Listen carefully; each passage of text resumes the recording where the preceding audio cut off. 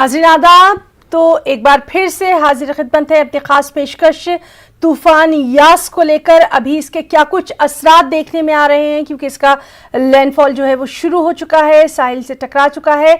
अभी हम ताज़ा सूरत हाल अपने तमाम तर जो हमारे साथी मौजूद हैं उनसे जानेंगे, और साथ ही साथ मौसम का क्या कुछ हाल है मुख्तलिफ इलाकों में उससे भी आपको बाखबर करवाएंगे। तो चलिए शुरुआत करते हैं अपनी इस खुसूसी पेशकश की, यास के असरात।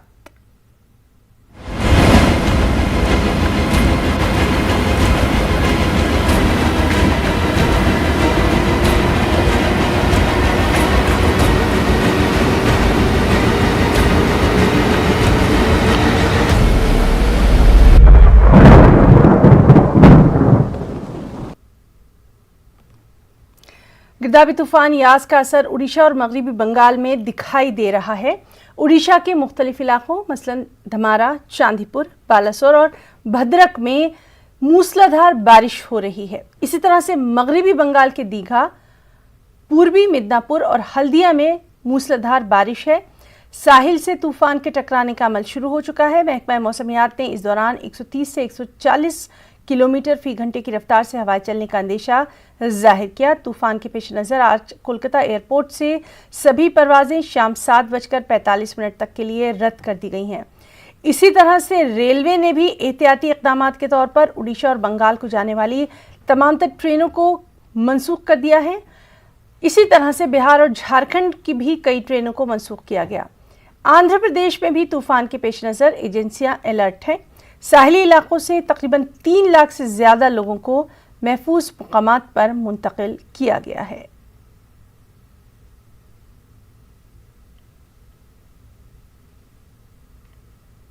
तो लगातार हम आपको अभी इसका विंड स्पीड है 130 से 140 किलोमीटर प्रति घंटा, गस्टनेस में 150 किलोमीटर प्रति घंटा। अगले 3 घंटे के अंदर इसका जो लैंडफॉल प्रोसेस अभी चालू है कंप्लीट होगा। इसके बाद ये वीक होकर उत्तर पश्चिम दिशा में गति करेगा और कल सुबह ये झारखंड के ऊपर पहुंचेगा। तब इसका विंड स्पीड लगभग 60 से 70 किलोमीटर प्रति घंटा होगा। तो इसके लिए जो इसका डैमेजिंग विंड है अभी ये चल रहा है, सबसे ज़्यादा damaging wind Balasore, Bhadrak district में और एडजॉइनिंग मेदिनीपुर डिस्ट्रिक्ट में वेस्ट बंगाल का। और धीरे धीरे ये जब अंदर जाएगा इसका विंड स्पीड मयूरभंज डिस्ट्रिक्ट और इसके आसपास जो पश्चिम मेदिनीपुर डिस्ट्रिक्ट वगैरह में होगा। और ये साइक्लोन की वजह से पास्ट 24 आवर्स में heavy to extremely heavy rainfall हुआ है उड़ीसा में, और आज भी नॉर्थ उड़ीसा और कोस्टल उड़ीसा में heavy to extremely heavy rainfall होने का उम्मीद किया जा रहा है। इसके बाद वेस्ट बंगाल में भी isolated heavy to very heavy rainfall आज होगा और कल भी इंटीरियर डिस्ट्रिक्ट्स में हो सकता है। झारखंड में आज और कल heavy to very heavy rainfall होने के साथ एक्सट्रीमली हैवी रेनफॉल भी आइसोलेटेड प्लेसेस में हो सकता है। बिहार में और सब हिमालयन वेस्ट बंगाल एंड सिक्किम में भी isolated heavy rainfall to very heavy rainfall आज और कल हो सकता है। ये होटल के अंदर ही घुस रहा है। अब देखें होटल के अंदर पानी है वो घुस रहा है, और उसका जो टाइड है उसका भी हाइट आप देख सकते हैं कितने जोर से ये टाइड आता है और कितने जोर से ये टाइड अभी होटल के अंदर आ रहा है। जो 20 मीटर के दूर में रहता था और ये होटल 15 फुट ऊपर है, लेकिन उसका चलते बावजूद अभी देखिए कैसे पानी घुस रहा है होटल के अंदर। ये है भयंकर तूफान, आज कम कहर दिखा रहे हैं कितने जोर से, जैसे बोला जा रहा था 4 मीटर के आसपास ये जो लहर होगा, 4 मीटर के आसपास लहर देखा जाएगा, वो भी दिखाई जा रहा है। अभी लंबे बड़े बड़े जो लहर है वो आ रहे हैं, उसके साथ हवा भी 120 से ज़्यादा के स्पीड में चल रहा है। और जैसे ही साइक्लोन का लैंडिंग प्रोसेस शुरू होगा जो रुख है और भी ज़्यादा बढ़ेगा और जोर से और भी हवा चलने लगेगा। लेकिन अभी ये जो समुद्र का लहर है वो परेशान करने वाला समय है, क्योंकि जो कोस्टल एरिया के जो घर है वो उसके गांव में उसके घर में पानी पहुंचने का भय भी रहेगा। बालेश्वर से सतीश सेनापति, न्यूज़ 18। तो नाज़रीन, ये वो तस्वीरें हम आप तक पहुंचा रहे हैं कि किस तरह से यास तूफान ने अपनी तबाही मचाई है। और जिस तरह से महकमा मौसमियात के अफसरान से बात कर रहे थे हमारे साथी, उनका साफ तौर पर कहना था कि तेज़ हवाएं चल सकती हैं और अभी की ये खबर आ रही है कि मगरबी बंगाल के कई अजला में 165 किलोमीटर फी घंटे की रफ्तार से हवाएं चल रही हैं।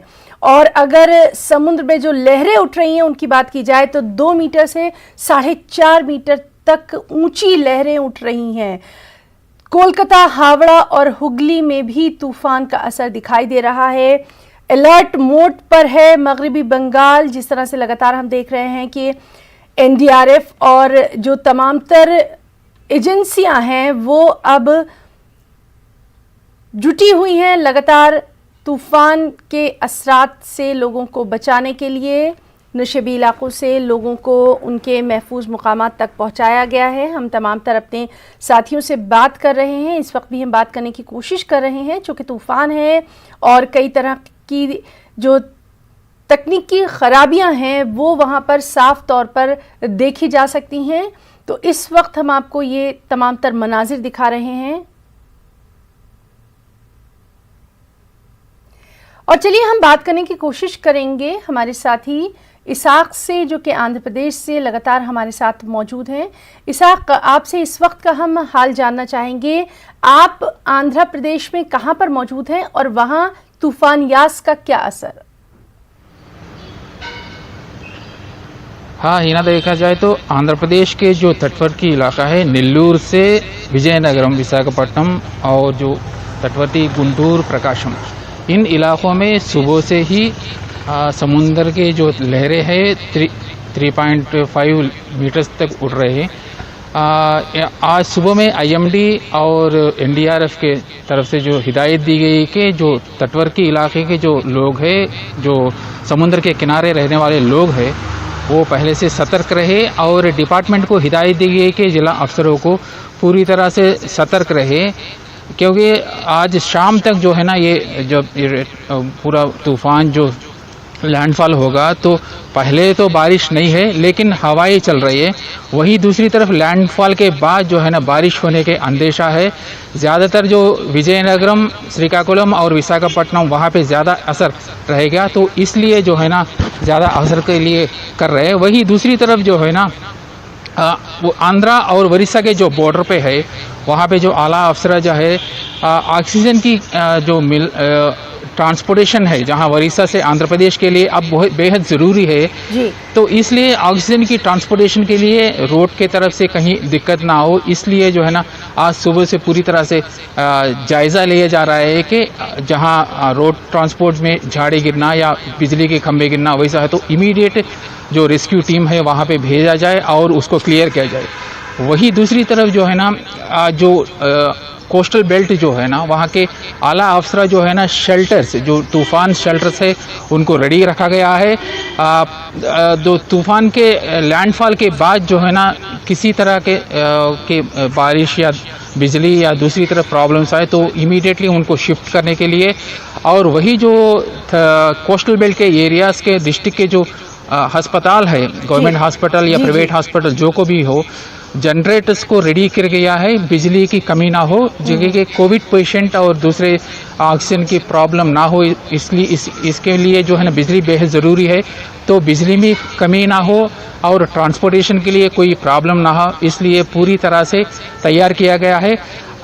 तूफ़ान का असर तो कम रहेगा लेकिन जो हुकाम जो है ना पूरी तरह से तैयार है किसी भी हालत को फेस करने के लिए। इसाक, आपसे ये भी जानना चाहेंगे, क्या आंध्र प्रदेश से गुजरने वाली भी कुछ ट्रेनों को कैंसिल किया गया या उनका जो रास्ता है वो डाइवर्ट किया गया, तब्दील किया गया? इस ताल्लुक से कोई इत्तला, कुछ अहम जानकारी? जो वैजाग, भुवनेश्वर और जाने वाले ट्रेन्स को पहले से ही विजयवाड़ा से ही काजीपेट और नागपुर की तरफ डाइवर्शन दे दिया गया है। कई ट्रेन्स को कैंसिल भी कर दिया गया है।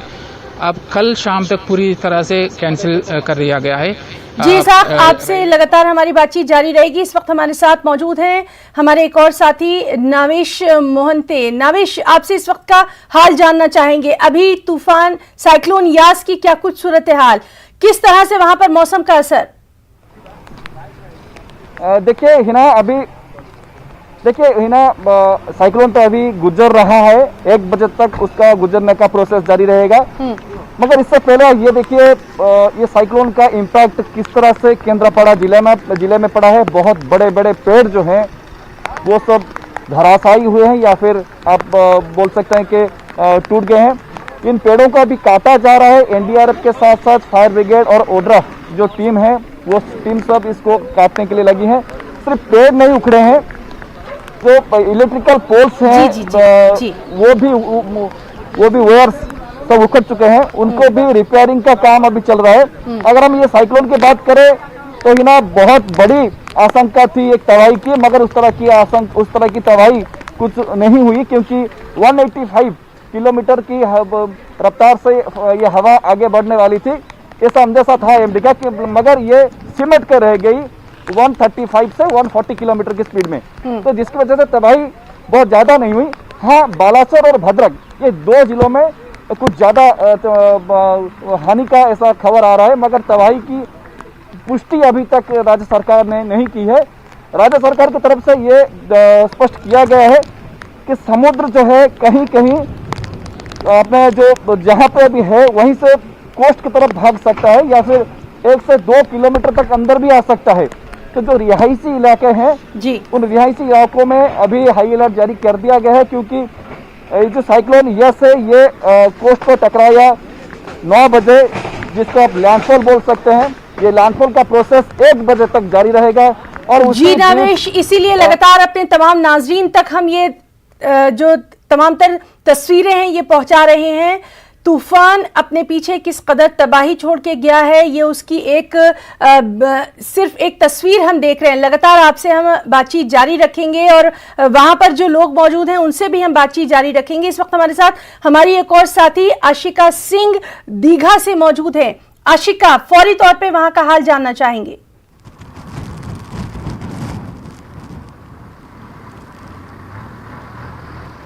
सबसे पहले यहाँ की तस्वीरें हिना मैं आपको दिखाऊं। ये देखिए, ये समुद्र जो है, समुद्र का पानी रिहायशी इलाकों में किस तरह से भर गया है और स्थानीय लोग जो है, कईयों के घर और दुकानें जो है वो जलमग्न हो गए हैं। सामान लोगों का जो कहना है कि वो खराब हो गया, नष्ट हो गया है। इस बीच में आपको ये बता दूं कि यही तस्वीर पश्चिम बंगाल के कई इलाकों से आ रही है। दक्षिण 24 परगना में भी नदियां उफान पर हैं और रिहायशी इलाकों में पानी भर गया है और दीघा में भी जगह जगह पर यही तस्वीर सामने आ रही है। 46 टीमें एनडीआरएफ की जी पश्चिम बंगाल में तैनात की गई हैं। शुरुआती तौर पर मुख्यमंत्री ममता बनर्जी ने यह बताया है कि 20,000 घर धराशायी हो चुके हैं लैंडफॉल की प्रक्रिया शुरू होते ही। और सबसे बड़ी चुनौती इस समय जो राज्य सरकार और प्रशासन के सामने है वो ये बाढ़ की परिस्थिति जो बन गई है जगह जगह पर। जी आशिका, लगातार आपसे हमारी बातचीत जारी रहेगी। तो नाज़रीन, हमारे साथ हमारे तमाम तर साथी मौजूद हैं। इसाक मौजूद हैं आंध्र प्रदेश से, हमारे साथ नावेश मौजूद हैं उड़ीसा से और आशिका सिंह बंगाल से हमें तमाम तर इस वक्त के हालात लगातार दे रहे हैं। नावेश, एक बार फिर से आपका रुख करना चाहेंगे। और जिस तरह से हम देख रहे हैं कि एनडीआरएफ पूरी तरह से मुस्तैद था और अब वो वक्त आ गया है जब उनका जो असल काम है वो शुरू हो गया है। यहाँ ये भी आपसे जानना चाहेंगे, क्या अभी तक किसी डेथ की, किसी के इंजर्ड होने की कोई इत्तला फिलहाल?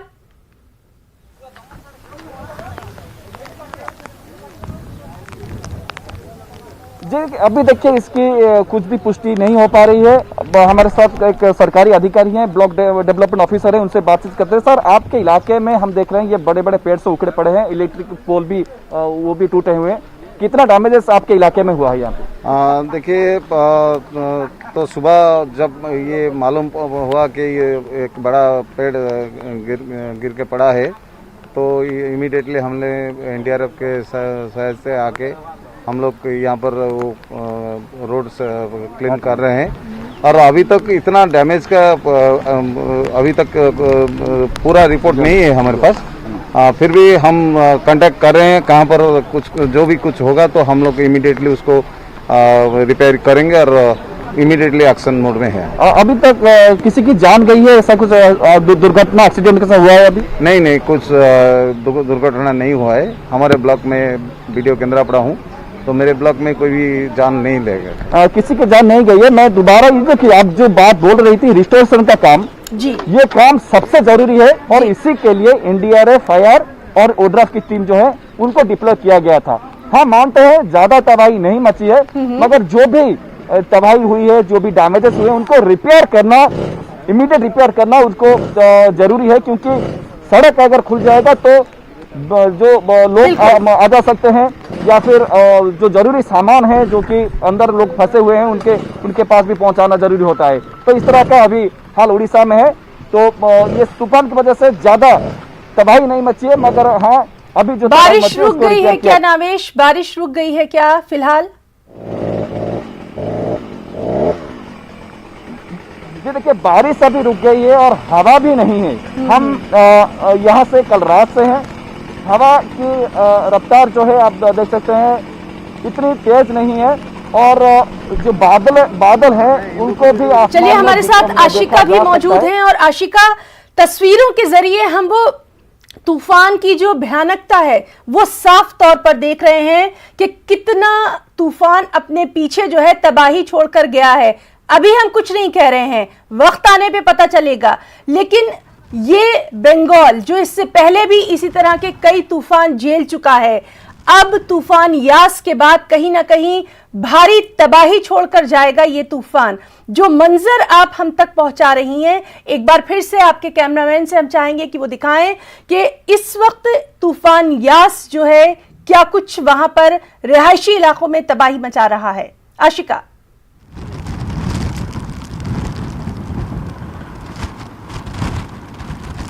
हिना, तांडव की तस्वीरें मैं आपको दिखाऊंगी, यास के तांडव की तस्वीरें। और यहाँ देखिए, ये रिहायशी इलाका है जहाँ पर पानी भर गया है, और स्थानीय लोग जो है वो इसकी वजह से परेशान हो रहे हैं। साथ ही मैं आपको ये भी बता दूं कि पिछले 1.5 साल में 3 बड़े साइक्लोन देख चुका है बंगाल, और बुलबुल, उसके बाद अम्फन जो कि एक सुपर साइक्लोन था पिछले साल, अभी 1 साल बीते 1 हफ्ता ही हुआ है अम्फन के, कि अब यास का जो तांडव है वो देखने को मिल रहा है। और विनाश की तस्वीरें क्या है, वो ये जो तस्वीर दीघा की है इससे साफ हो जाएगा। हालांकि जैसा कि आपने कहा, तूफान के खत्म होने के बाद भी ये अंदेशा लगाया जा सकेगा कि नुकसान कितना बड़ा है, लेकिन ये तूफान विनाशकारी है, ये बिल्कुल साफ है, ये तस्वीरें बता रही हैं। और आशिका, इस सब के बीच में हम ये भी जानना चाहेंगे, लगातार गवर्नमेंट की तरफ से कहा जा रहा था कि जो लोकल्स हैं उनको महफूज मुकामात पर ले जाया गया है। क्या अभी भी वहां पर लोग जो दिखाई दे रहे हैं, तो इनकी हिफाजत के लिए कुछ खास इंतजामात, क्या इनके खाने पीने के लिए जो शेल्टर होम्स हैं उसमें इंतजामात आपको वहां दिखाई दिए?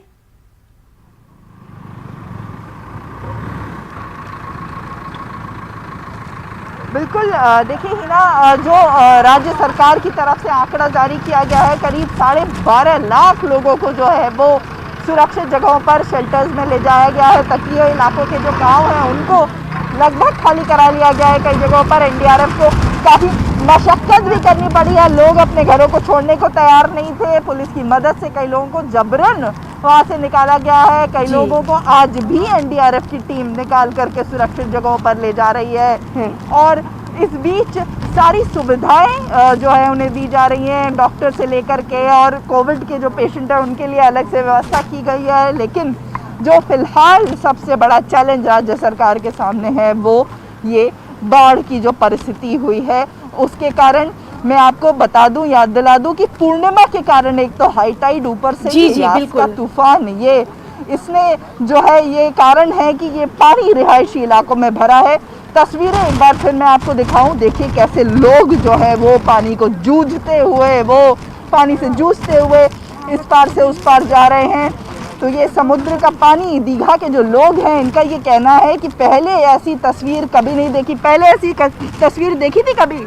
नहीं, जिंदगी में तो पहली बार मैं जिंदगी में ये जैसा कोरोना आया है, जैसा मार के गए हैं, जब सेम परिस्थिति हो गया है, खत्म हो गया। दीघा ने कई तूफान देखे हैं, लगभग हर साल एक बड़ा तूफान आता है, लेकिन इस बार जो तस्वीर, जो पानी रिहायशी इलाकों में घुसा है, पहले कभी देखने को नहीं मिला ही ना। जी बिल्कुल आशिका, और जिस तरह से हमारे तमाम जो जाबाज रिपोर्टर हैं वो पल पल का अपडेट हमारे नाजरीन तक पहुंचा रहे हैं, उसके लिए भी हम बहुत बहुत उनके शुक्रगुजार हैं। और लगातार हम आपको बता रहे हैं कि तूफान का इस वक्त क्या कुछ हाल है। हमारे साथी आशिका हमारे साथ मौजूद है, नावेश मौजूद है, इसाक भी हमारे साथ मौजूद है। इसाक, जिस तरह से आपने बताया कि आंध्रा में इतना असर नहीं देखा जा रहा है, लेकिन जो फसलें थीं, खड़ी फसलें, उनके लिए वहां पर क्या कुछ खास इंतजामात सीएम की तरफ से, वज़ीर आला की जानिब से? जहाँ तक फसलों का है, फसल जो तूफान की वजह से जो है ना ज़्यादातर जो है ना फसलें तबाही तो हो सकती है, लेकिन इसको रोक नहीं सकते। लेकिन हुकूमत की तरफ से पहले ही बताए, जहाँ डिस्ट्रिक्ट एडमिनिस्ट्रेशन को हिदायत दी गई कि तूफान में माली नुकसान कम किया जाए, वहीं दूसरी तरफ जानी नुकसान ना हो, इसको देखा जाए।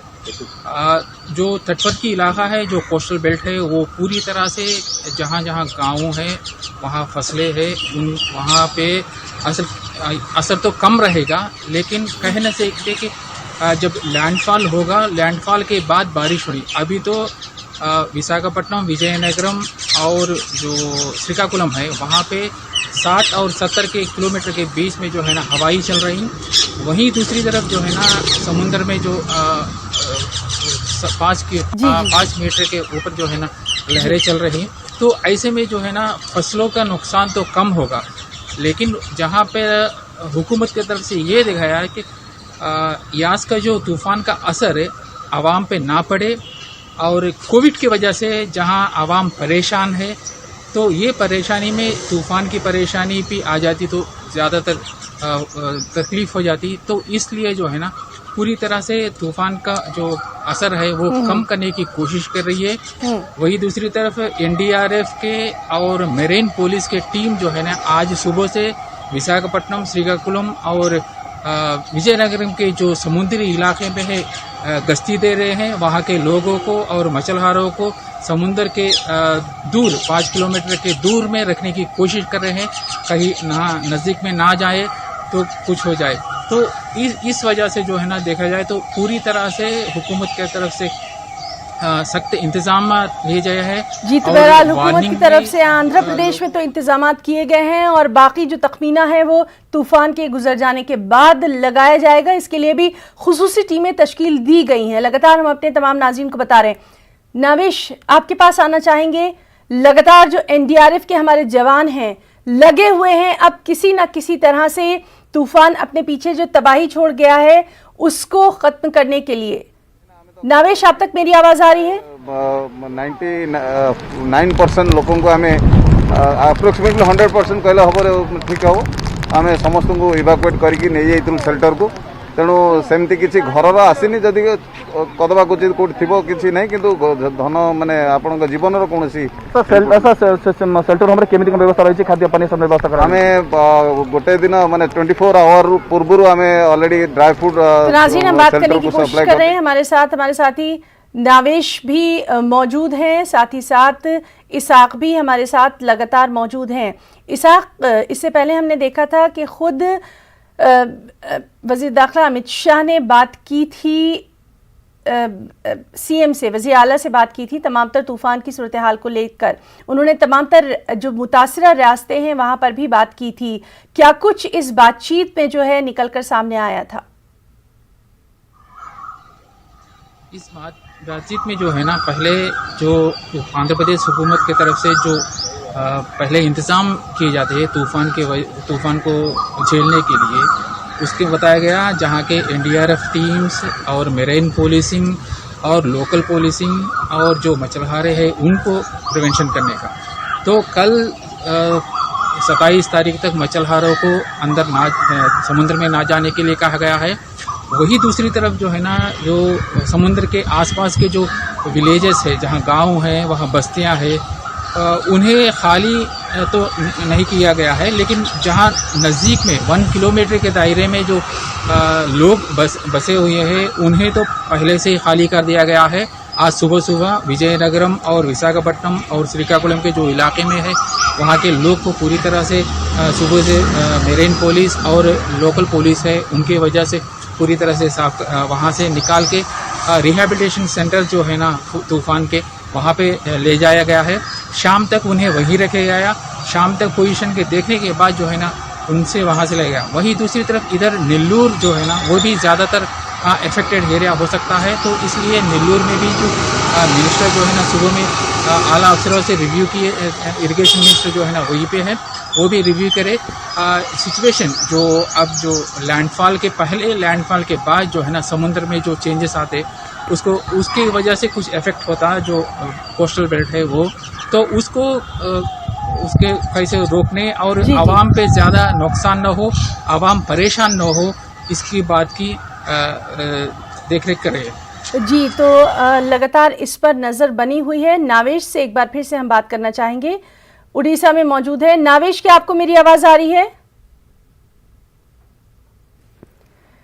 तो नाजरीन, हम आपको दिखा रहे हैं कि बंगाल में क्या कुछ तूफान यास की सूरत हाल है, साथ ही साथ जो उड़ीसा है वहाँ पर क्या कुछ तूफ़ान की सूरत हाल है वो भी लगातार हम आपको दिखा रहे हैं। और हमारे साथ मौजूद हैं इसाक, जो कि आंध्र प्रदेश में तूफ़ान को लेकर क्या कुछ वहाँ पर अलर्ट किया गया, क्या कुछ तैयारियाँ की गई, उससे लगातार हमें बाखबर कर रहे हैं। ये तस्वीरें आपको उड़ीसा से दिखा रहे हैं, जहाँ पर इस वक्त तूफ़ान यास के बाद जो लोगों का रद्द-ए-अमल है वो लगातार सामने आ रहा है। जाहिर सी बात है कि तूफ़ान तो गुजर गया है, लेकिन अब इसके जो नुकसानात का अंदाज़ा है, नुकसान का तखमीना है, वो बाद में ही लगाया जाएगा। फ़िलहाल जिस तरह से हमारे साथी नावेश बता रहे थे कि वहाँ पर जो बारिश है वो रुक गई है, हवाएं भी जो हैं वो थोड़ी कम चल रही हैं। एक बार फिर से बात करने की कोशिश करेंगे। नावेश, क्या आपको मेरी आवाज़ आ रही है?